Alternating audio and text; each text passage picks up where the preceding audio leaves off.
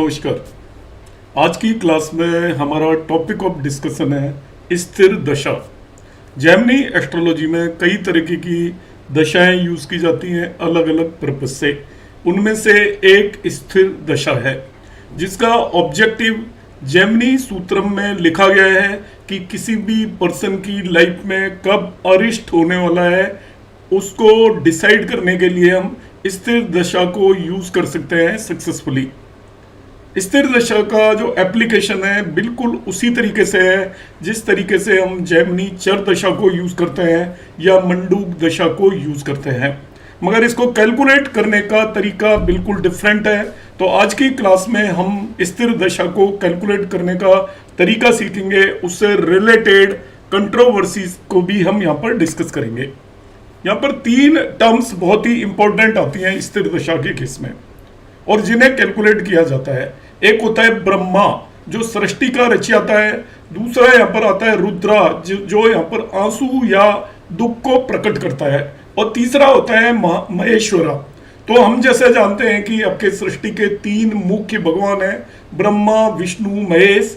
तो यहाँ पर इसी तरीके से तीन इंपॉर्टेंट कंपोनेंट है, एक है ब्रह्मा, दूसरा है रुद्रा और तीसरा होता है आपका महेश्वरा। तो स्थिर दशा निकालने के लिए हम तीनों को कैलकुलेट करेंगे, मगर स्थिर दशा का जो ऑर्डर है उसका पीरियड है वो सभी कुछ ब्रह्मा पर डिपेंड करेगा। इन जनरल ये मिसफॉर्च्यून या आपकी लाइफ के अंदर प्रॉब्लम या किसी भी पर्सन की डेथ को प्रेडिक्ट करने के लिए यूज की जाती है, मगर हम इसको और सभी इवेंट के लिए भी यूज कर सकते हैं। उसके लिए हमें अभी और रिसर्च करने की जरूरत पड़ेगी। दशा, ऑर्डर एंड पीरियड अभी मैं पहले बताता हूं। इसमें सबसे पहले आगे हम चलकर देखेंगे कि किस तरीके से निकाला जाएगा।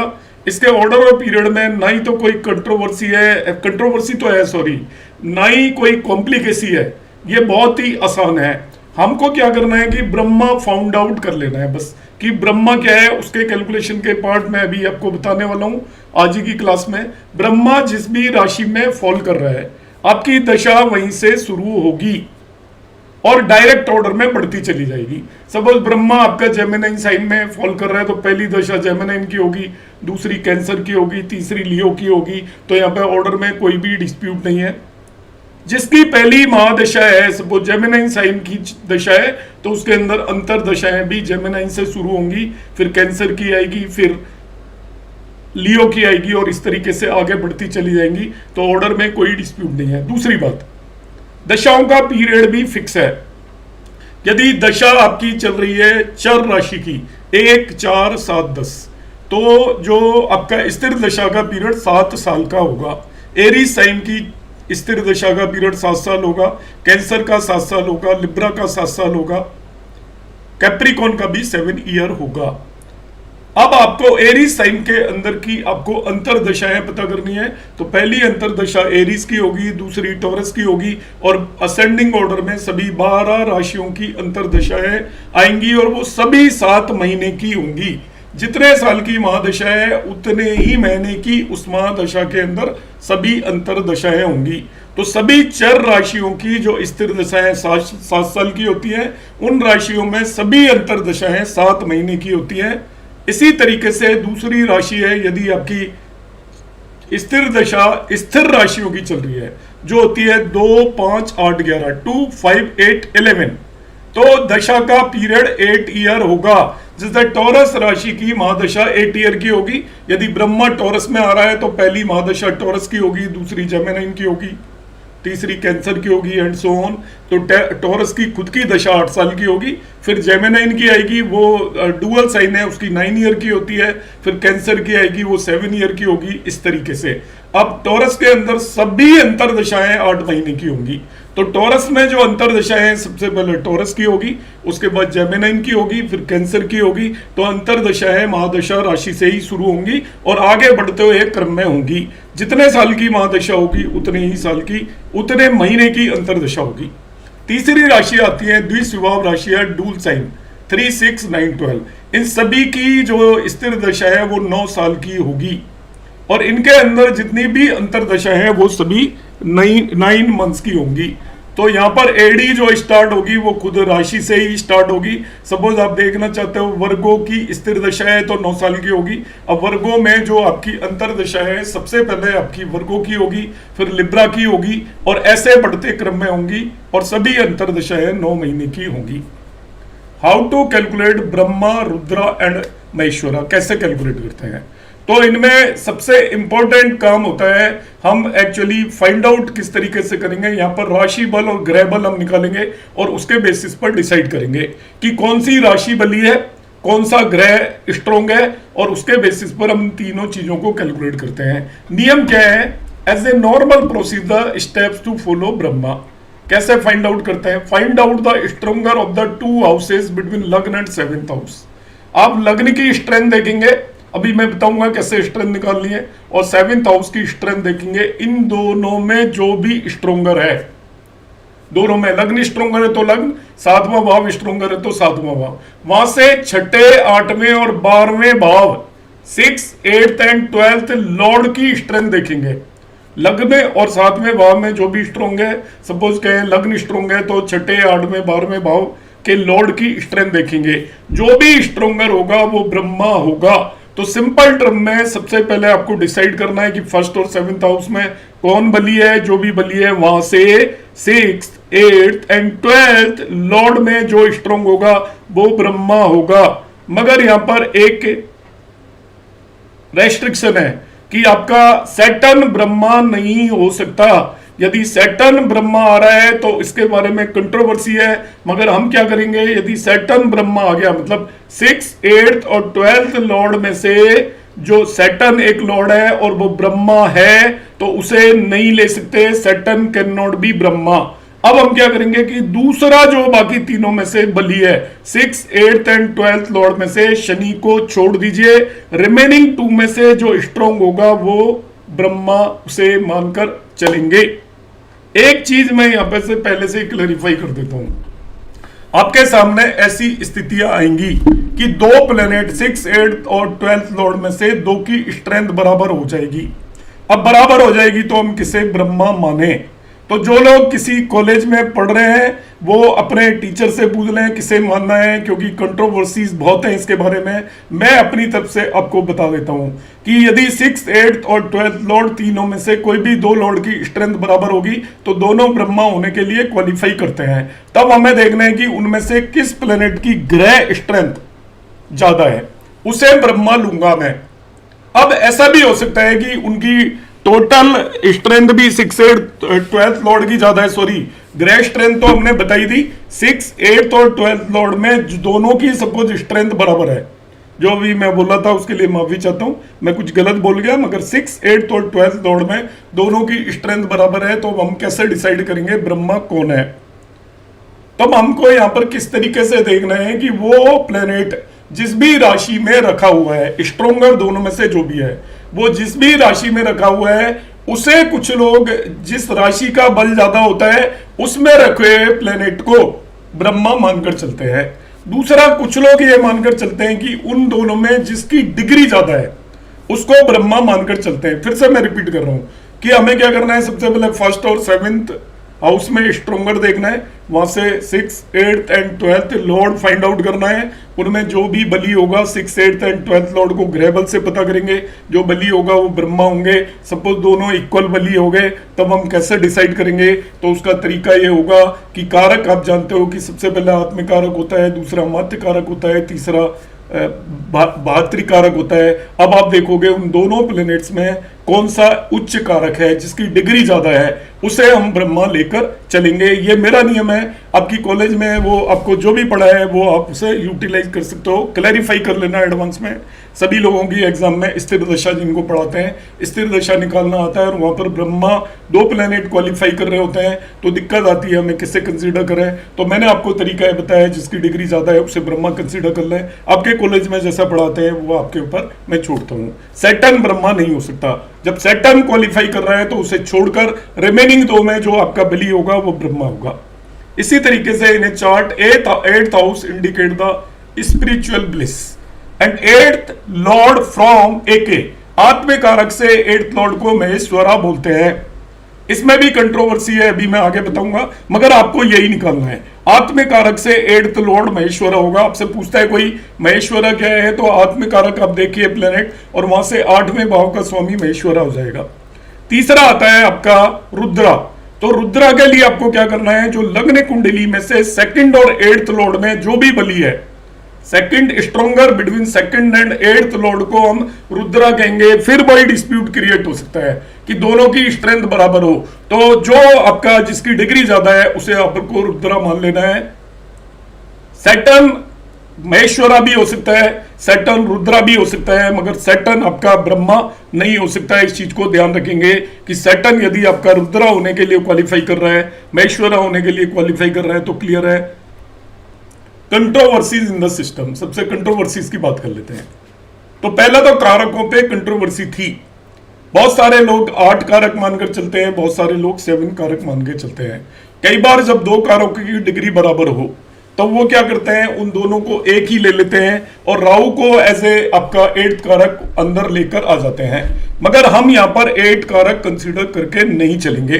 जो लोग 8 कारक लेते हैं वो एक्चुअली पितृ कारक को 5वें नंबर पर रखते हैं और पुत्र कारक को 6ठे नंबर पर रखते हैं, और दारा कारक 8वें नंबर पर चला जाता है, जो कि लॉजिकली करेक्ट नहीं है, क्योंकि कुंडली का 5वां भाव संतान को रिप्रेजेंट करता है, तो 5वें नंबर पर पुत्र कारक ही आना चाहिए। और 7वां भाव आपके स्पाउस को रिप्रेजेंट करता है, तो 7वें नंबर पर दारा कारक आना चाहिए। जो लोग 8 कारक मानते हैं वो 5वें नंबर पर पितृ कारक, पिता का कारक लेते हैं, 6ठे नंबर पर पुत्र कारक लेते हैं, 7वें नंबर पर ज्ञाति कारक लेते हैं, और 8वें नंबर पर दारा कारक लेते हैं, जो कि लॉजिकली करेक्ट नहीं है। तो ये कंट्रोवर्सी है। वो राहु को भी एज ए कारक कंसीडर कर लेते हैं, हमें राहु को एज ए कारक नहीं लेकर चलना है।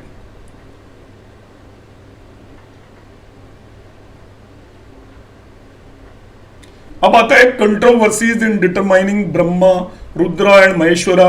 क्या क्या कंट्रोवर्सीज हैं, ये मैं इसलिए क्लैरिफाई कर रहा हूं। आप कहीं से और पढ़े हैं और आप कहें कि हमने तो वहां ये पढ़ा था, यहां पर ये पढ़ा था, तो मैं पहले से ही एक्सप्लेन कर रहा हूं कि ब्रह्मा और रुद्रा और महेश्वरा को कैलकुलेट करने में कई सारे जो ग्रेड्स हैं, ऋषि मुनि हैं, और कई सारे जो हमारे राइटर्स हैं, ऑथर्स हैं, उन्होंने अलग अलग रूल दिए हैं। हमने मानना क्या है, जो मैं अभी बता चुका हूं वो मानना है, मगर कंट्रोवर्सीज डिस्कस भी हम कर लेते हैं। Who are Brahma, Rudra and Maheshwara? How they become useful in predicting events? तो यहां पर ब्रह्मा को किस तरीके से निकालते हैं, मैं कंट्रोवर्सीज की बात करूंगा। नॉर्मल प्रोसीजर जो है ब्रह्मा को कैलकुलेट करने का, आप क्या करते हो, स्ट्रोंगर ऑफ द 2 हाउसेज निकालते हो, लग्न और 7th हाउस, यूजिंग राशि बल, और आप देखते हो वहां से जो भी स्ट्रोंगर है उससे 6th, 8th and 12th Lord में कौन बली है वो आपका ब्रह्मा हो जाता है। यदि सैटर्न क्वालिफाई कर रहा हो तो सैटर्न को ब्रह्मा नहीं ले सकते और सेकंड स्ट्रोंगर को ले लेंगे। यदि 2 का स्ट्रेंथ बराबर है तो जो स्ट्रोंगर कारक होता है दोनों में से जिसकी डिग्री ज्यादा होती है उसे ब्रह्मा ले लेते हैं। अब मैं यहां पर कंट्रोवर्सीज की बात करता हूं। ये 3 मेन कंट्रोवर्सीज है ब्रह्मा निकालने में। पहली है Saturn Rahu qualify to be Brahma. हमारे पैटर्न में राहु क्वालिफाई कर ही नहीं सकता, क्योंकि राहु को हम कोई कारक लेकर ही नहीं चलते, कोई लॉर्ड होता ही नहीं है।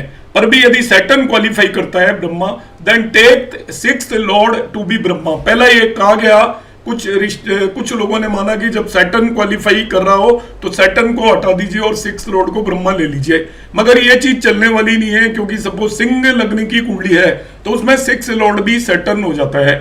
अब हम क्या करेंगे, इसका जवाब यहां पर नहीं दिया गया, तो इसलिए इस कंट्रोवर्सी को हम रूल आउट कर देते हैं, इसको नहीं मानकर चलेंगे। मगर कंट्रोवर्सी ये थी कि यदि उन्होंने कहा कि यदि सैटर्न क्वालिफाई करता है ब्रह्मा के लिए तो 6th लॉर्ड को आप ब्रह्मा ले लोगे, मगर हमने देखा कि सिंह लग्न की यदि कुंडली बन रही है तो 6th लॉर्ड खुद सैटर्न हो जाता है। उस केस में इसका कोई भी आंसर वहां पर नहीं दे रखा था। तो if Saturn Rahu qualify to be Brahma then take 6th lord to be Brahma.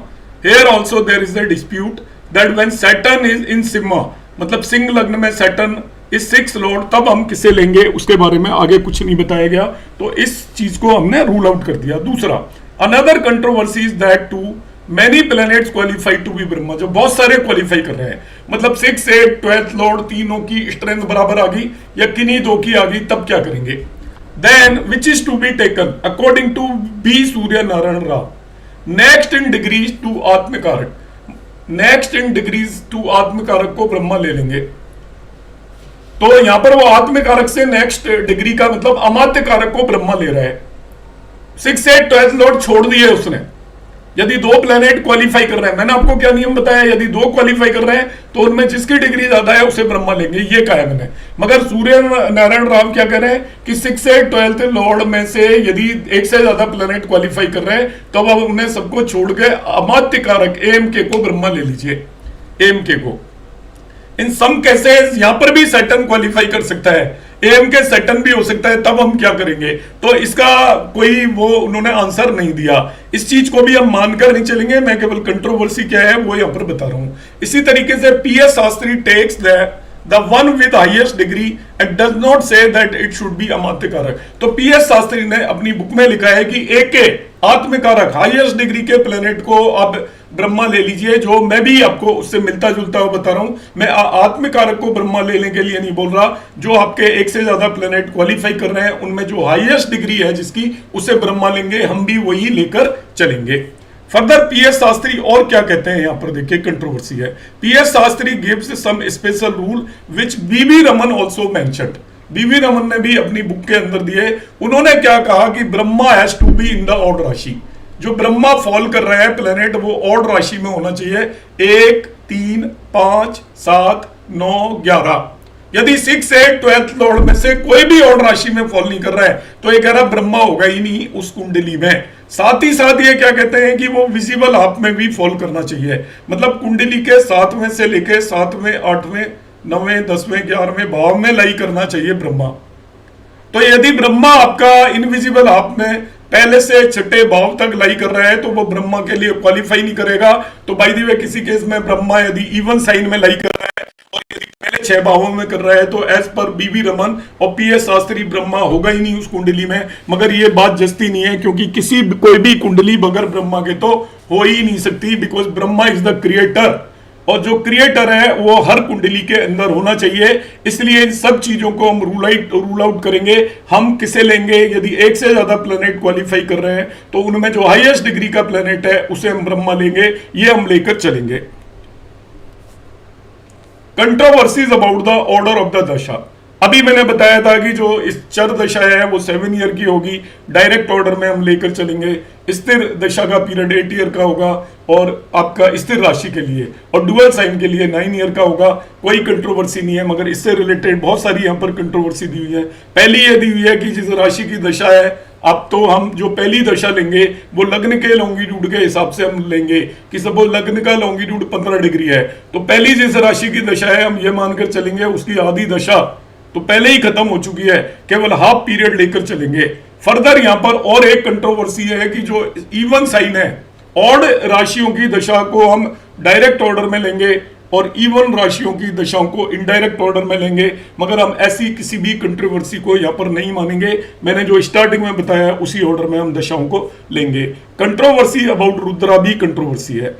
Rudra होता है strongest between 7th and 8th Lord. 2nd और 8th लॉर्ड में जो स्ट्रोंगर प्लेनेट होगा उसे रुद्रा लेंगे। अब यहाँ पे कंट्रोवर्सी क्या है? If the weaker of the two receive malefic aspect, यदि जो वीकर है उस पर कोई मेलिफिक प्लेनेट का एस्पेक्ट है तो वो रुद्रा बन जाएगा, ऐसा BS सूर्य नारायण राव ने कहा। और इवन उन्होंने तो कहा कि 2 रुद्रा हो जाएंगे, वीकर भी हो जाएगा और वो भी हो जाएगा। मतलब यदि वीकर पर मेलिफिक इन्फ्लुएंस है तो जो सूर्य नारायण राव ये कहते हैं कि जो दोनों में स्ट्रोंगर है वो भी हो जाएगा और जो वीकर है उस पर यदि मेलिफिक इन्फ्लुएंस है तो वो भी रुद्रा हो जाएगा। तो उन्होंने 2 रुद्रा बता दिया है जिसको हम नहीं मानकर चलेंगे। PS शास्त्री ने केवल एक ही रुद्रा बताया। तो रुद्रा के लिए एक कंट्रोवर्सी थी कि यदि वीकर को मेलिफिक प्लेनेट एस्पेक्ट कर लेता है तो वो भी रुद्रा बन जाता है, मगर इस चीज को भी हम लेकर नहीं चलेंगे।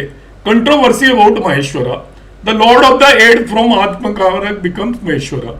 मगर कुछ लोग कहते हैं कि लगने से, हाँ एक दूसरी कंट्रोवर्सी है इसमें कि लॉर्ड फ्रॉम 8th फ्रॉम आत्मकारक बिकम महेश्वरा।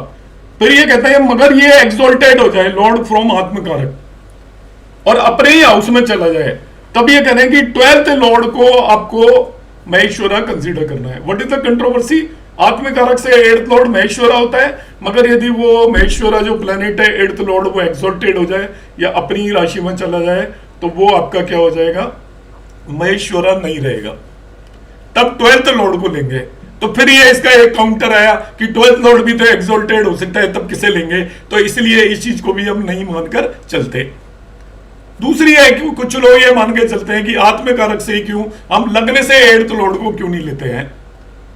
तो जेमिनी एस्ट्रोलॉजी के अंदर एक्चुअली आत्मकारक को इंपॉर्टेंस दी जाती है, लग्न को उतनी इंपॉर्टेंस नहीं दी जाती, इसलिए हम 8th लॉर्ड को लेते हैं। तो यहां तक मैंने आपको ये बताया है कि स्थिर दशा से रिलेटेड क्या क्या कंट्रोवर्सीज हैं, और इन कंट्रोवर्सीज का हमने ज्यादा ध्यान नहीं देना है, मैंने केवल आपको समझाने के लिए बताया है। इन द एंड ब्रह्मा हमको कैसे कैलकुलेट करना है, लग्न और 7th हाउस में जो भी स्ट्रॉन्ग हाउस है राशि बल के हिसाब से, उससे 6, 8 और 12th लॉर्ड को हम निकालेंगे, उनमें जो भी बली है स्ट्रोंगर है वो आपका ब्रह्मा होगा। यदि वो सैटर्न है तो सेकंड स्ट्रोंगर को लेंगे। यदि दो सिमिलर स्ट्रेंथ के प्लेनेट आ गए तो उनमें जिसकी डिग्री ज्यादा है वो आपका ब्रह्मा होगा। रुद्रा निकालने का बिल्कुल सिंपल तरीका है कि आप लग्न से सेकंड और 8th लॉर्ड लीजिए, उनमें जो भी बली है वो रुद्रा होगा। यदि दोनों इक्वल बली हो जाए तो जिसकी डिग्री ज्यादा है वो रुद्रा होगा। महेश्वरा बिल्कुल सिंपल है, इसमें कोई वो नहीं है, आपका आत्मकारक से 8th lord will be the Maheshwara. So to calculate Sthira Dasha we have to find राशि बल एंड ग्रह बल। सभी 12 राशियों का बल हमें फाइंड आउट करना है और सभी ग्रहों का ग्रह बल फाइंड आउट करना है, और उसके बेसिस पर मैं आपको बताऊंगा किस तरीके से हम ब्रह्मा डिसाइड करेंगे। ब्रह्मा जिस भी राशि के अंदर जाएगा उसके बेसिस पर हमें पता चलेगी कि स्थिर दशा का क्या ऑर्डर है और कितने पीरियड की किस राशि की दशा है। तो यहां पर सबसे पहले मैं एक्सप्लेन करूंगा कि हम ग्रह बल कैसे निकालते हैं, और मैं जवाब पंडित जवाहरलाल नेहरू की कुंडली निकालकर उस पर आपको स्थिर दशा कैलकुलेट करना सिखाऊंगा। आप अपनी कुंडली पर भी स्थिर दशा निकाल सकते हैं।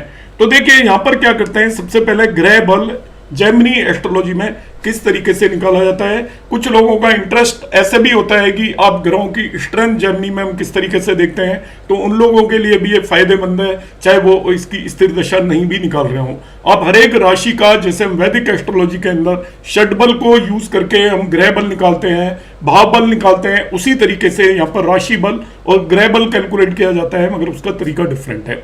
तो क्या करेंगे, at the first step let us calculate the ग्रह बल एंड राशि बल फॉर द एग्जांपल हॉरोस्कोप। ये मैंने एग्जांपल हॉरोस्कोप लिया हुआ है, पंडित जवाहरलाल नेहरू का है, 14/11/1889 का उनका बर्थ है, 11:03 रात्रि को इलाहाबाद, और ये उनका जन्म कुंडली है। यहाँ पर सभी मैंने प्लेनेट को एज ए कार का मार्क किया हुआ है। इनका मून आत्मकारक है, मरकरी मात्यकारक है, जुपिटर भातृकारक है, सैटर्न मातृकारक है, मार्स पुत्रकारक है, वीनस ज्ञातिकारक है, सन दाराकारक है, 7 कारक यूटिलाइज किए हैं। ये सभी प्लैनेट्स की डिग्री लिखी हुई है, तो कारक आपको चुनने में सफलता मिल जाएगी आसानी से। ये यहाँ पर इनकी कैंसर लग्न की कुंडली है और लग्न में ही बैठा हुआ है। तो ये जवाहरलाल नेहरू की कुंडली है। जो स्टूडेंट इस वीडियो को देखकर प्रैक्टिस करना चाहते हैं वो इसे अलग से बना लें, जिससे कि उन्हें उनके सामने रहेगी ये कुंडली, जो भी चीजें मैं बताऊंगा। अब हमें क्या करना है, ग्रह बल निकालने के क्या कंपोनेंट है। टू कंप्यूट ग्रह बल 3 कंपोनेंट होते हैं ग्रह बल के अंदर। वो होते हैं आपका मूल त्रिकोणादि बल, दूसरा होता है अमिशा बल, और तीसरा होता है केंद्रादि बल। The strength of the planets can be ascertained from the table given separately. अभी मैं एक टेबल बताऊंगा, उससे हम कैसे मूल त्रिकोणादि बल निकालते हैं, कैसे अंशा बल निकालते हैं और कैसे केंद्रादि बल निकालते हैं। इन तीनों बलों को निकालने का क्या तरीका है वो अभी आप समझेंगे। तो ग्रह बल निकालना बहुत आसान होता है। यहां पर मैंने एक टेबल ली हुई है ग्रह बल कैलकुलेट का, ये इंप्रोवाइज मेथड है जो कि आपका जेमिनी एस्ट्रोलॉजी के अंदर निकाला जाता है। इसके रूल्स मैं आपको समझा देता हूं। रूल्स को निकालने से पहले आपको ये मालूम होना चाहिए, यहां पर जो प्लेनेट की 7 कंडीशन देखी जाती है। एक देखा जाता है प्लेनेट एक्सोल्टेड, आपको एग्जैक्टली पता होना चाहिए प्लेनेट कहां तक एक्सोल्टेड होता है। दूसरा होता है मूल त्रिकोण, हर एक प्लेनेट की मूल त्रिकोण राशि कौन सी है और उस राशि में वो कितने से कितने डिग्री तक मूल त्रिकोण में होगा। ओन ओन राशि प्लेनेट की कौन सी होती है वो आपको देखना है। देखिए एक ही राशि मूल त्रिकोण भी होती है।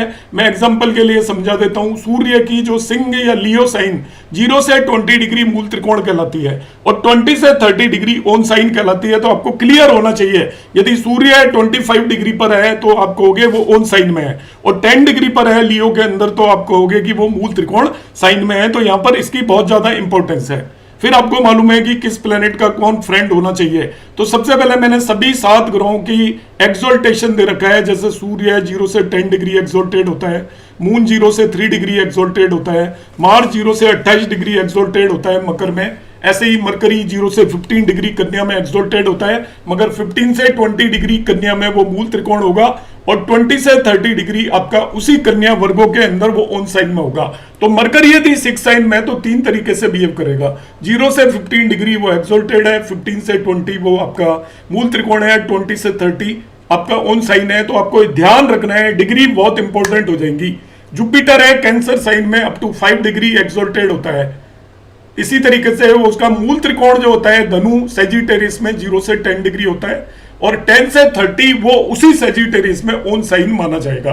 तो यहां पर ये मैंने पूरी लिस्ट दी हुई है, आप इसे नोट कर लें कि कौन सा प्लेनेट किस राशि में कितने डिग्री तक एक्सोल्टेड होता है, कितने से कितने डिग्री तक वो मूल त्रिकोण में होता है, और कितने डिग्री तक वो ओन साइन में होता है। कुछ राशियां तो पूरी की पूरी ओन साइन होती है, जैसे आपका वीनस की मूल त्रिकोण साइन है आपका 0 से 15 डिग्री तुला और 15 से 30 ओन साइन है, मगर उसका जो टॉरस है वो पूरी की पूरी ओन साइन मानी जाएगी।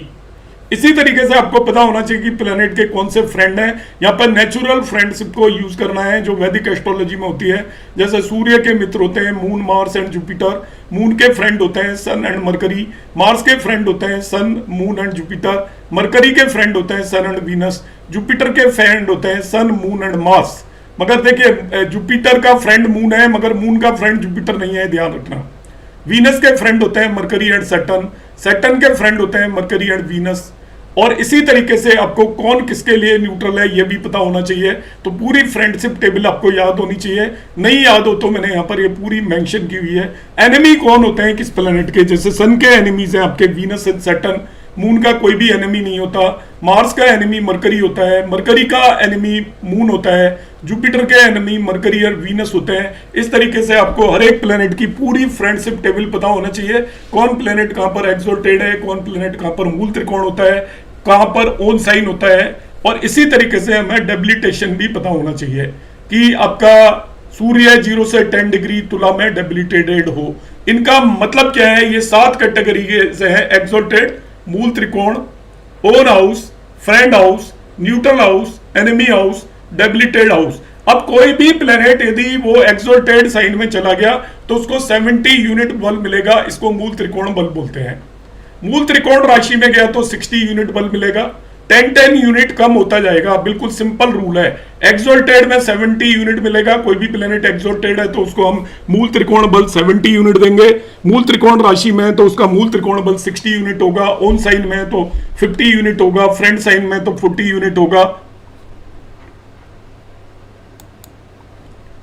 न्यूट्रल में तो 30 यूनिट होगा, एनिमी साइन में तो 20 और डेबिलिटेड साइन में तो 10 यूनिट होगा। इस तरीके से हम हर एक प्लेनेट को मूल त्रिकोण बल एलोकेट करेंगे। और मूल त्रिकोण बल के लिए आपको इन सब चीजों की जानकारी होनी चाहिए कि कौन सा प्लेनेट कहां तक एक्सोल्टेड होता है, कहां पर मूल त्रिकोण होता है, एंड अब उसका एनिमी साइन कौन सा है, उसके अंदर जाएगा तो उसे कितना बल देना है। दूसरे तरीके का ग्रह बल में जो टर्म यूज होती है उसे बोलते हैं अंशा बल। अंशा बल बहुत आसान है निकालना। अंशा बल डिपेंड करेगा वो किस तरीके का कारक है। जो प्लेनेट आत्म कारक है उसको 70 यूनिट बल देंगे, अमात्य कारक को 60 यूनिट, भातृ कारक को 50 यूनिट, मातृ कारक को 40 यूनिट, पुत्र कारक को 30 यूनिट, ज्ञाति कारक को 20 यूनिट और दारा कारक को 10 यूनिट बल दे देंगे। तो ये इस बात पे डिपेंड करेगा वो कौन सा कारक बनकर आ रहा है। आत्म कारक को 70 से आप 10 कम करते जाएंगे और दारा कारक को 10 यूनिट बल मिलेगा। तीसरा जो क्राइटेरिया है वो है उसका आत्म कारक से प्लेसमेंट। आत्म कारक को कुंडली में आप पिन पॉइंट कर लोगे और इसको हम बोलते हैं केंद्र बल। तो जो भी प्लेनेट आत्म कारक से गिनना है, लग्न से नहीं गिनना है, आत्म कारक से केंद्र स्थानों में हो 1, 4, 7, 10 में, उसको 60 यूनिट बल देना है। आत्म कारक से वो आपका पनफर हाउसेज में हो, पनफर होते हैं आत्मकारक से 2, 5, 8, 11, केंद्र से अगले भाव में हो तो उसको 40 यूनिट केंद्र बल देना है। और तीसरा होता है एपोक्लिम, आत्मकारक से तीसरे, छठे, 9वें और 12वें भाव में हो तो उसे 20 यूनिट बल मिलना है। तो हर एक प्लेनेट को ये 3 तरीके के बल एलोकेटेड होंगे, मूल त्रिकोणादि बल जिसे बोलते हैं, अंशा बल बोलते हैं, और केंद्र बल। उन तीनों को ऐड करने पर जो भी बल मिलेगा वो हमका उसका ग्रह बल आ जाएगा, और इस तरीके से हम किसी भी प्लेनेट की स्ट्रेंथ फाइंड आउट कर सकते हैं। यहां पर ये मैंने जो जवाहरलाल नेहरू जी की कुंडली के अंदर ये निकाला गया है, मैं 1-2 प्लेनेट को डिटेल में एक्सप्लेन करूंगा, बाकी को आप उसी तरीके से यूटिलाइज कर सकते हो। तो देखिए मैंने एक चार्ट किस तरीके से बनाया हुआ है ग्रह बल निकालने के लिए। यहाँ पर सभी प्लेनेट लिख दिए हैं सातों के साथ। यहाँ मैंने लिखा है मूल त्रिकोणादि बल, एम से रिप्रेजेंट कर रहा हूँ। यहाँ पर लिखा है अंशा बल, यहाँ पर लिखा है केंद्रादि बल, और यहाँ पर मैं इन तीनों तरीके के जो बल मिलेंगे उसे टोटल करूंगा। अब मुझे सूर्य का निकालना है, ध्यान रखना। यहाँ पर मैंने लिखा है देखिए 40 और आगे लिख दिया एफ, इसका मतलब फ्रेंड साइन वाले को 40 मिलता है। देखिए मैंने अभी यहां पर बताया था, कोई भी प्लेनेट यदि फ्रेंड साइन में तो उसको 40 यूनिट बल मिलता है। अब हम देखते हैं इस कुंडली में सन कहां पर है। देखिए सन 8 साइन में है, सन मंगल की राशि में, मार्स की में, जो कि उसका मित्र है, इसलिए मित्र राशि में 40 यूनिट बल मिलता है। ये एक्सोल्टेड होता तो 70 मिलता, मूल त्रिकोण में होता तो 60 मिलता, ओन साइन में होता तो इसको 50 मिलता, फ्रेंड साइन में इसको मैंने 40 बल दे दिया है। यहां पर देखिए 40 फ्रेंड साइन में बल लिख दिया है। दूसरा होता है अंशा बल। अंशा बल डिपेंड करता है कि वो प्लेनेट कौन सा कारक है। यदि वो आपका आत्म कारक है तो 70, अमात्य कारक है तो 60। तो इस तरीके से मैं सूर्य को देखता हूं ये कौन सा कारक बन रहा है। आप देखिए सूर्य दारा कारक बन रहा है तो दारा कारक को 10 बल मिलेगा। आत्म कारक होता तो 70, अमात्य कारक होता तो 60, भातृ कारक होता तो 50 एंड सो ऑन। तो ये दारा कारक बन रहा है तो देखिए मैंने इसको 10 बल दे दिया। यहाँ पे अंशा बल 10 और साथ में ब्रैकेट में लिख भी दिया है 10 क्यों दिया है। और तीसरा होता है केंद्र बल। केंद्र बल हम देखते हैं वो प्लेनेट आत्म कारक से कहां पर जाकर बैठा है। इस कुंडली के लिए आत्म कारक मून है, तो मून से हम देखते हैं 1, 2, 3, 4, 5। पांचवा भाव एक्चुअली आपका पनफर हाउस होता है। केंद्र स्थानों में जो बैठेगा आत्म कारक से, यहां पर, यहां पर, यहां पर, यहां पर, जैसे बैठा है वीनस और मरकरी केंद्र स्थानों में बैठे हुए हैं, और खुद मून तो केंद्र में माना ही जाएगा। उसको जो केंद्र बल है वो 60 मिलेगा। जो इससे दूसरे, 5वें, 8वें और 11वें भाव में बैठेंगे उसे 40 मिलेगा। जो तीसरे, छठे, 9वें और 12वें भाव में बैठेंगे उसे आपका अंशा बल 20 मिलेगा। तो यहां पर सूर्य आपको पता है कि 5वें भाव में बैठा है तो इसको अंशा बल देखिए 40 यूनिट मिलेगा। यहां पर देखिए अंशा बल 40 मिल गया है, मैंने लिख दिया है because it is in panaphara houses. एक के का मतलब केंद्र हाउसेस, ए का मतलब एपोक्लिम हाउसेस। अब ये तीनों तरीके के बल को ऐड कर दीजिए, 90 यूनिट सन का यहां पर ग्रह बल हो गया। मैं आपको एक और एग्जांपल यहां पर बता देता हूं कि हम किस तरीके से इसे निकालने की कोशिश करेंगे। सपोज मैं शुक्र को ले लेता हूं और आप उस तरीके से बाकी सभी का बल निकाल सकते हो। अब शुक्र की शुरुआत करते हैं, तो सबसे पहले देखते हैं शुक्र 7 साइन में बैठा है, ये इसकी स्वयं राशि है, इसी में मूल त्रिकोण भी होता है। तो क्या बनेगा देखते हैं। देखिए तो शुक्र को पकड़ लीजिए, आप शुक्र की डिग्री देखिए 7 डिग्री 20 मिनट। तो शुक्र लिब्रा में 15 डिग्री तक मूल त्रिकोण होता है। यदि 15 डिग्री से ऊपर होता तो इसको हम स्वयं राशि मानते। तो यहाँ पे वीनस मूल त्रिकोण में है तो इसको जो मूल त्रिकोण बल मिलेगा 60 मिलेगा। तो देखिए वीनस को लीजिए, मैंने मूल त्रिकोण बल 60 दे दिया बिकॉज ये मूल त्रिकोण में है। दूसरा मैं देखूंगा अंशा बल, तो कारक कौन सा बना है वीनस। तो देखिए जीके बन रहा है तो इसको 20 मिलेगा। एके बनता तो 70, 60, 50, 40, 30, 20। तो वीनस को देखिए यहाँ पर जो अंशा बल है वो 20 दे दिया बिकॉज इट इज जीके। अब तीसरा केंद्रादि बल में देखूंगा तो केंद्रादि बल के लिए वीनस मून से केंद्र स्थान में, चौथे भाव में, चंद्रमा से काउंट करेंगे, आत्म कारक से गिनना शुरू करेंगे तो इसको वो 60 मिलेगा यहाँ पर। तो देखिए यहाँ पर मैंने इसको 60 बल दे दिया है वीनस को, और इन तीनों को काउंट कर लिया है। तो 60 + 60 + 20, तो ये टोटल इसका जो बल हो गया 140। तो इस तरीके से फ्रेंड्स हम सभी प्लेनेट, 7 के 7 प्लेनेटों का बल निकाल लेंगे। उसमें जो सबसे ज्यादा ध्यान देने वाला है वो मूल त्रिकोणादि बल निकालते टाइम ध्यान दें। अंशा बल और केंद्राधिपति बल तो बहुत आसान है, मूल त्रिकोणादि में सबसे ज्यादा आप जिस चीज पर ध्यान दें, बाकी तो आपको ध्यान रहेगा कि उसकी मूल त्रिकोण राशि और स्वयं राशि वैसे राशि सेम होती है तो उसमें डिग्री का आपको ध्यान रखना पड़ेगा। और इस तरीके से हम इसको नोट भी करेंगे। देखिए हम बता रहे हैं कि इसको हमने कितना बल दिया है, फ्रेंड साइन में इसलिए इतना दिया है, ये दारा कारक है इसलिए इतना दिया है, जिससे कि सारी चीजें आपको क्लियर हो जाती हैं। तो हमने यहां पर ग्रह बल कैलकुलेट कर लिया है। अब आता है नेक्स्ट पार्ट, राशि बल निकालना। आपसे ग्रह की स्ट्रेंथ की बात करें तो मैंने आपको अभी बता दिया यहाँ पर कि सबसे बली इस कुंडली के लिए चंद्रमा है, दूसरे नंबर पर यहाँ पर मरकरी है। अब हम राशि बल, जिसे आप वैदिक एस्ट्रोलॉजी में बेसिकली भाव बल बोलते हैं, मगर यहाँ पर राशि बल बोलेंगे। तो राशि बल में भी 3 तरीके के कंपोनेंट है। पहला कंपोनेंट होता है चर बल। चर बल वो राशि कौन सी है इस बात पर डिपेंड करता है। यदि वो मूवेबल साइन है तो उसको चर बल 20 मिलता है। यदि फिक्स साइन है 2, 5, 8, 11 तो उसको चर बल 40 मिलता है। और डुअल साइन है तो उसको चर बल 60 मिलता है। मतलब जो मरकरी और जुपिटर की राशियां हैं उन्हें चर बल सबसे ज्यादा मिलता है। तो चर बल आप सबसे पहले देंगे हर एक राशि को। जैसे 1 साइन हो गया तो उसको बगैर गए हम 20 नंबर यूनिट दे देंगे। 11 साइन है तो उससे 40 दे देंगे। दूसरा होता है स्थिर बल। ये स्थिर बल हम कैसे निकालते हैं कि राशि के अंदर कितने प्लेनेट बैठे हुए हैं राहु केतु को छोड़कर।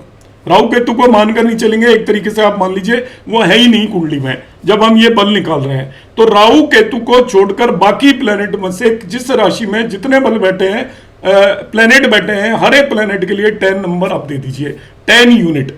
और इस तरीके से हम स्थिर बल निकालेंगे। तो यहाँ पे लिखा है 10 unit bal is awarded to rashi for placement of each planet. Rahu and Ketu are not considered. तो ये स्थिर बल आसान है, स्थिर बल केवल देखते ही पता चल जाएगा कितने प्लेनेट बैठे हुए हैं। तीसरा है दृष्टि बल। It is very important. किसी भी राशि को यदि उसी का स्वामी वहां पर बैठ जाए, राशि लॉर्ड, या उसे जेमिनी एस्पेक्ट से एस्पेक्ट कर ले, तो उस राशि को 60 बल मिलेगा। पहला नियम। पहला नियम क्या है? आप देखोगे राशि में उसका स्वामी तो नहीं बैठा है या स्वामी तो नहीं देख रहा है। यदि बैठा है या देख रहा है तो उसको 60 बल दे दीजिए। मगर यहां पर जो दृष्टि बल में मरकरी और जुपिटर की दृष्टि को स्पेशल वेटेज दिया हुआ है। मरकरी और जुपिटर भी किसी राशि को देख लें दोनों, तभी भी उसको 60 एक्स्ट्रा बल मिल जाएगा, या जिस भी राशि में जाकर बैठ जाए। तो एक तो जिस राशि को उसका स्वामी बैठा हो या देख रहा हो, या तो 60 मिलेगा ही। मगर मरकरी या जुपिटर और देख रहे हो या बैठ जाए तो एक्स्ट्रा 60 बल मिल जाएगा। इसमें एक गलती करते हैं बहुत सारे स्टूडेंट, और कैलकुलेट करने में वो मैं भी बता देता हूं कि सपोज जुपिटर की ही राशि है या मरकरी की ही राशि है। अब जुपिटर उसी राशि को देख रहा है, वो 9 साइन को देख रहा है। तब हम क्या करेंगे, इसमें डबल देंगे, 120 यूनिट स्ट्रेंथ देंगे। क्यों देंगे, ध्यान से समझिए। पहला तो क्योंकि उस राशि का स्वामी उसे देख रहा है, 60 तो इस बात का बल दे देंगे। और जुपिटर को एज ए सेपरेट जुपिटर भी मानकर चलेंगे। जुपिटर देख रहा है इस बात का अलग से देंगे। तो इस चीज को, इस बात की गलती कोई भी नहीं करेगा कि सपोज मरकरी की राशि को मरकरी देख रहा है, आपको होगी हमने दे दिया लॉर्ड देख रहा है इसके, मगर आपको उसे एज ए सेपरेट मरकरी भी लेकर चलना है तो 120 बल मिलेगा। तो ये क्या है, if lord of a sign is placed in a sign और aspecting sign through Jaimini aspect, then 60 unit ball is awarded to that sign. If Jupiter or Mercury are placed in a sign or aspecting a sign, extra 60 unit ball is awarded to that sign. If Jupiter and Mercury are placed or aspecting own sign, और ये Gemini aspect है, then 120 unit बल देंगे उसको, 60 Lord के और 60 Jupiter और mercury के। तो इस मिस्टेक को कोई भी नहीं करेगा, ध्यान रखेगा। तो यहां पर बेसिकली आप ये राशि बल निकालने में इस तरीके का आप एक टेबल फॉर्म कर सकते हो। राशि बल जब हम निकालते हैं तो उसके अंदर जो पहला पार्ट आता है, देखिए, बल ऑफ द लॉर्ड, उस राशि के स्वामी का जो आपने ग्रह बल निकाला था वो भी यूटिलाइज होगा। ये मैंने क्या किया है, सारी 12 राशियां लिख दी हैं। अब इनमें बल कौन कौन से आएंगे, उस राशि का जो भी स्वामी है उसका जो आपने ग्रह बल निकाला था उसे भी लिखना है। जैसे 1 राशि के नीचे मार्स का ग्रह बल लिखना है, 8 के नीचे मार्स का ग्रह बल निकला है, 2 और 7 के नीचे आपको वीनस का ग्रह बल निकला है, ये सबसे पहला आएगा। फिर हम लिखेंगे चर बल, अभी जो मैंने बताया था चर बल फिक्स होता है 1, 4, 7 और 10 राशियों में 20, 2, 5, 8, 11 में आपका 40 और 3, 6, 9, 12 में चर बल आपका 60 हो जाएगा, वो फिक्स है। ऐसे ही स्थिर बल हम देखेंगे कुंडली में 1 राशि में कितने प्लेनेट बैठे हैं, हर प्लेनेट के हिसाब से 10 दे देंगे, जिसमें कोई नहीं बैठा होगा 0 हो जाएगा। फिर हम दृष्टि बल आएगा, उसमें उसके लॉर्ड की दृष्टि और जुपिटर और मरकरी की दृष्टि को अलग से हम वेटेज देंगे। जुपिटर और मरकरी की दृष्टि 4 जगह पे पड़ेगी, एक जहां बैठे हैं और 3 भावों को वो देख रहे होंगे राशियों को। तो ऑलवेज 60 4 जगह पर देखना है, गलती नहीं करनी है। लॉर्ड अलग लेना है इन्हें और एज ए जुपिटर मरकरी अलग लेना है, तो ये दो मिस्टेक आप बिल्कुल भी नहीं करोगे। यहां पर अब ये ओवरऑल कैलकुलेट किए हुए हैं। राशि बल और स्ट्रेंथ ऑफ द साइन, सभी राशियों का बल कैसे निकालेंगे। तो देखिए मैंने सारी 12 राशियां लिख दी हैं, 1 2 3 4 5 6 7 8 9 10 11 12। ग्रह बल कैसे लिखा है मैंने, ध्यान से समझिए कि 1 साइन है उसका लॉर्ड होता है मार्स और 8 साइन का लॉर्ड होता है मार्स। तो जो मैंने ग्रह बल निकाला था उसमें देखिए मार्स को कितना वेटेज दिया था, 70 यूनिट। तो मैंने यहाँ किया है कि 1 राशि और 8 राशि में 70 बल दे दिया है, इसको ग्रह बल देते हैं। ऐसे ही आपको 2 में और 7 में देना है। इनका लॉर्ड एक्चुअली वीनस है, तो देखते हैं हमने 2 में क्या निकाला था, वीनस को कितना बल मिला था। तो देखिए 140 था, तो 2 और 7 को मैंने 140 दे दिया है यहाँ पर। इसी तरीके से मैंने सभी राशियों को नीचे ग्रह बल में उनके लॉर्ड का बल नोट कर दिया है। उम्मीद है आपको ये समझ में आ गया होगा। अब मैं दूंगा चर बल। चर बल में आपको कुछ भी नहीं देखना, 1 4 7 और 10 राशियों में चर बल आप 20 दे दोगे। तो 1 4 7 और 10 में 20 दे दिया। 2 5 8 और 11 में 40 दे दूंगा, ये 40 हो गया, ये 40 हो गया, ये 8 में 40 और 3 6 9 12 में ऑलवेज हर एक की कुंडली में 60 बल दे देना है। सॉरी,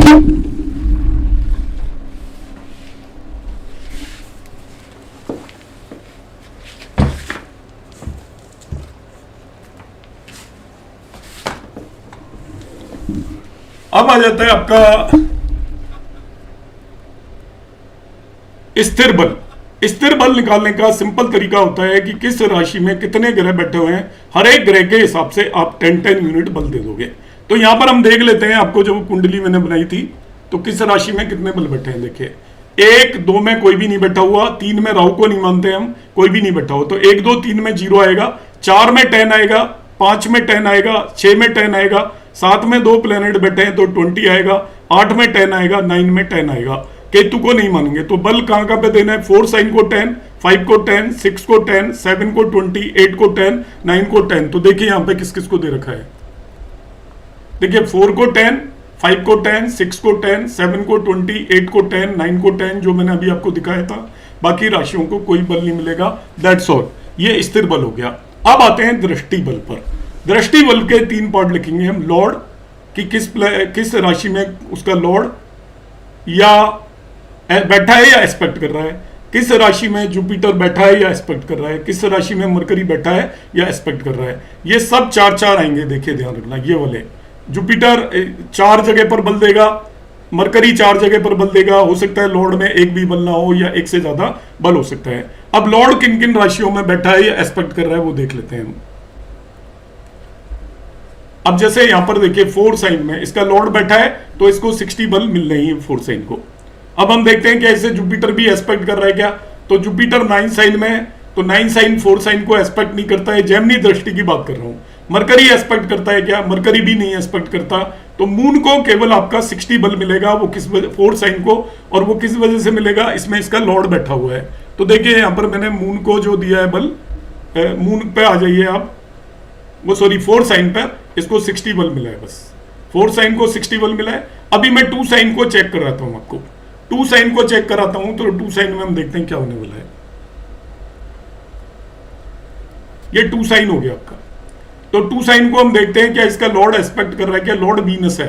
तो वीनस चर राशि में बैठा है, ये स्थिर राशि है, तो लॉर्ड एस्पेक्ट कर रहा है, तो लॉर्ड के 20 पॉइंट मिलेंगे। अब हम देखते हैं क्या इसे जुपिटर एस्पेक्ट कर रहा है। तो जुपिटर डुअल साइन में है, डुअल साइन केवल डुअल साइन को देखते हैं, तो जुपिटर एस्पेक्ट नहीं कर रहा है।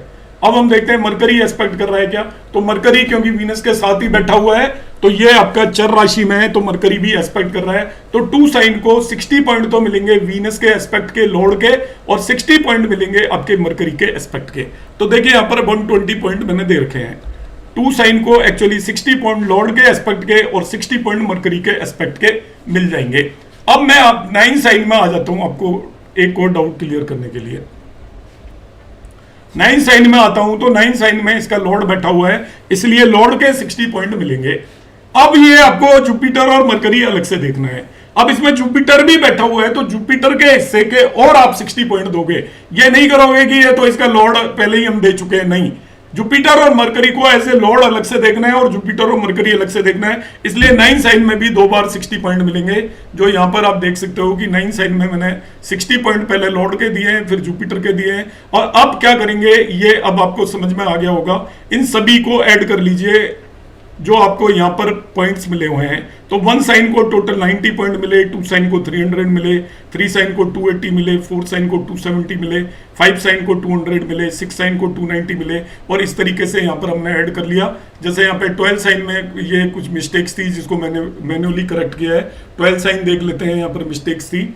तो ये 12 साइन को आप देखोगे तो देखिए इसका लॉर्ड जुपिटर भी एस्पेक्ट कर रहा है और लॉर्ड भी एस्पेक्ट कर रहा है, जुपिटर भी एस्पेक्ट कर रहा है, इसलिए इसको 120 पॉइंट मिलेंगे। अब ये सभी आपकी 12 की 12 राशियों का बल पता चल गया आपको, किस राशि में कितना बल है। अब मैं आपको सब चीजें निकालना बताता हूं, इसके बेस पर ब्रह्मा कैसे डिसाइड करेंगे। तो ब्रह्मा डिसाइड करने के लिए पहले फर्स्ट और 7th जो हाउस है उसका बल निकालेंगे। तो फर्स्ट हाउस का मतलब उसकी राशि नहीं, उसमें जो राशि है उसका बल। 4 साइन है फर्स्ट हाउस में और 10 साइन है आपका 7th हाउस में। तो इन दोनों में कौन बली है ये देखेंगे। 4 और 10 साइन देख लीजिए आप यहाँ पर। तो 4 साइन का बल 270 है और 10 साइन का बल 180 है। तो इनमें बली आपका 4 साइन ये हो गया आपका लग्न फर्स्ट। अब यहां पर मैं एक चीज और आपको क्लैरिफाई कर देता हूं कि कई बार क्या होगा कि जैसे यहां पर आप ध्यान से देखोगे ये 1, 2 और ये 3 भावों का बल बराबर है, मतलब 2 साइन का, 7 साइन का और यहां पर आप चले जाओगे तो 12 साइन का बल बराबर है। अब इनमें हम किसे बली मानेंगे। जब तीनों का बल बराबर आ जाए तो अब ये ध्यान रखिएगा जिसमें ग्रह बल ज्यादा होगा उसको हम बली मानकर चलेंगे। यदि ऐसी कोई कंडीशन आ जाती है, सपोज आपने देख लिया कि लग्न और साथ में दोनों भावों का बल बराबर आ रहा है आपका, सपोज 300 आ रहा है, तो आप देख लोगे दोनों में से किसका ग्रह बल ज्यादा है। जिसका ग्रह बल ज्यादा है उसको बली मान लेंगे। सपोज ग्रह बल भी ठीक है, दोनों का इक्वल है। अब आप ये देखोगे कि दोनों में डिग्री जो प्लेनेट की किसकी ज्यादा है उसे हम बली मानकर चलेंगे। ऐसे केसेस आपको देखने को मिल सकते हैं। तो मैं पहले से ही क्लैरिफाई कर रहा हूं, जो लोग एग्जाम देते हैं तो उनके कॉलेज में जो भी पढ़ाया जाता है उस क्राइटेरिया को मानकर चलें। मैं जो क्राइटेरिया मानकर चलता हूं वो मैंने आपको यहां पर बता दिया है कि आप यहां पर क्या करोगे कि इसमें 300 है बल और इसमें भी 300 है, इसमें भी 300 है। इनमें कौन सा बली होगा तो देखिए यहां पर ग्रह बल 140 है, यहाँ पर ग्रह बल 140 है और यहाँ पर ग्रह बल आपका 120 है। तो ये रूल आउट कर दीजिए। तो आपका 2 साइन और 7 साइन दोनों में बराबर बल है। अब बराबर बल में हम क्या देखेंगे, दोनों का लॉर्ड भी वीनस ही है एक्चुअली। तो अब आपको दोनों का लॉर्ड भी सेम है और बल भी बराबर है। तो यहां पर आपका कंफ्यूजन क्रिएट हो जाएगा क्योंकि उसकी डिग्रीज भी इक्वल होंगी। तब हमको दोनों को इक्वल बली मानकर चलना पड़ेगा। 2nd साइन और 7 साइन को बराबर बली मानकर चलना पड़ेगा। अब आपके पास ये ऑप्शन होगा, आप किसी भी भाव को ले सकते हो, किसी को भी ले सकते हो। यदि दोनों का ग्रह बल भी बराबर आ जाए तो किसी को भी ले सकते हो। तो मैं फिर से क्लैरिफाई कर रहा हूं, आपके कई केसेस ऐसे आएंगे क्योंकि ब्रह्मा निकालने के लिए 1st और 7th हाउस के बल को देखना पड़ेगा। अब दोनों का बल बराबर आ जाता है तब हम देखेंगे कि दोनों में ग्रह बल किस प्लेनेट का जाता है। अब पता लगा दोनों का आपका जनरली ऐसा बहुत कम होता है कि 1st और 7th लॉर्ड सेम नहीं होते, 1st और 7th लॉर्ड सेम नहीं होंगे। तो इस तरीके की आपकी सिचुएशन आने वाली नहीं है कि जो 1st लॉर्ड होगा वो 7th लॉर्ड कभी नहीं होता। तो इसलिए वो सिचुएशन नहीं आएगी। आप ये देख लीजिएगा कि 1st हाउस और 7th हाउस दोनों के यदि बल बराबर आ रहे हैं तो 1st और 7th लॉर्ड में से जो बली है उस भाव को बली मान लेंगे। तो अब मैं उस कंट्रोवर्सी से दूर चला जाता हूं। 4 आपका लग्न में और 10 साइन आपके 7th हाउस में है। तो 7th हाउस में 180 पॉइंट है, इसमें 270 है। इसका लग्न इसकी आपकी स्ट्रॉन्ग होगी, यहाँ पर लग्न स्ट्रॉन्ग होगी। अब ब्रह्मा कैसे डिसाइड करूंगा, यहां से 6th, 8th and 12th Lord लूंगा जो स्ट्रॉन्ग है दोनों में से। यदि ये स्ट्रॉन्ग होती तो यहां से 6th, 8th और 12th लॉर्ड लेता। तो अब आप 4 साइन से 6th, 8th and 12th Lord ले लीजिए। तो 6th लॉर्ड जुपिटर है, 8th लॉर्ड सैटर्न है और 12th लॉर्ड मरकरी है। सैटर्न क्वालिफाई करता ही नहीं है, सैटर्न बली भी हो तो क्वालिफाई नहीं करता।